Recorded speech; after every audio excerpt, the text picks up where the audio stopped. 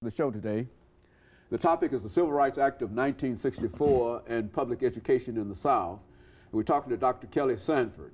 And of course, Dr. Sanford, as we promised during the second segment, that we would give you an opportunity to talk about some other aspects of the Civil Rights Act of 1964 and public education in the South. And let's give you an opportunity to do that now. Okay, and I thank you again. The Civil Rights Act of 1964 was very instrumental in trying to allow equal access, equal opportunity.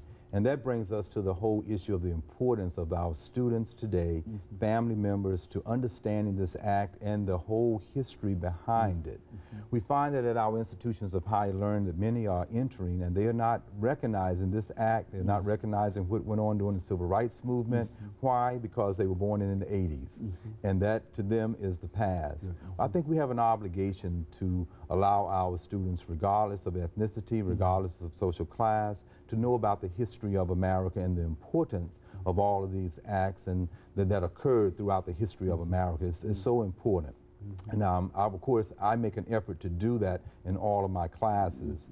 We will review, if you will, Eyes on the Prize, to give them some historical backdrop of what went on during the Civil Rights Movement so that they can get a feel that they have certain freedoms that other people had to really fight for, protest for, and give up, in many instances, their lives for. So it's very important educationally. This act also allowed us to have certain types of equal opportunities within the labor force, which I always try to share with them, and I think there's a misperception, misinformation in many instances about how this led to a dialogue, if you will, of affirmative action, and how affirmative action is something that was put into place that would allow equal access. But I hear many people when I watch talk shows, very well educated, probably well-meaning people, that are really giving it a bad name. They would use words like quotas or set-asides, or they would use something like preferences. And this is not what affirmative action is. It wasn't set there for that reason. Because of that historical backdrop that we've already talked about, many people, just by human nature, would not ever think about being equal or think about being fair because we've grown up in a society that was totally unfair. If I may cite very quickly, Alex de Tocqueville, he has an excellent piece entitled Democracy in America. And in that philosophical piece, he indicates very strongly, as he visited America, wanting to look at our penal system, and as he traveled from New York through the Deep South, he could not imagine what he saw. People of African descent, that's right, people of African descent all shackled up. And he said that this has been going on for hundreds of years, that we would never reach a true democracy. And that is why these acts are there for us to know about so that we can continue to fight for equality.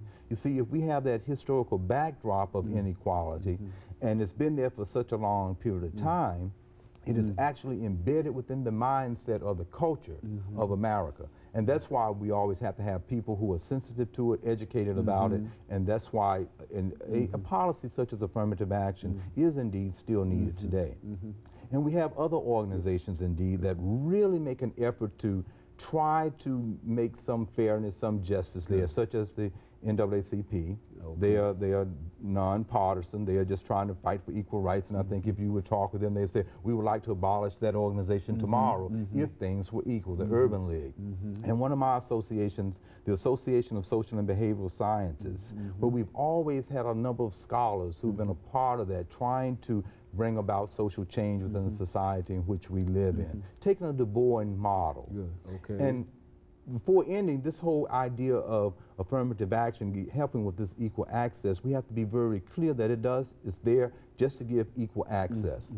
And not tokenism, where you take a qualified person and then just place them from place to place and remove other people and say, well, by law we still have a person. That is tokenism. So we have to be very clear on that. It's very egregious in elements to do those types of things within education as well as in the workplace. That is why an act such as the Civil Rights Act of 1964 is so very important for us to know about and also be very clear on it as we maneuver throughout this 21st century. You know, Dr. Sanford,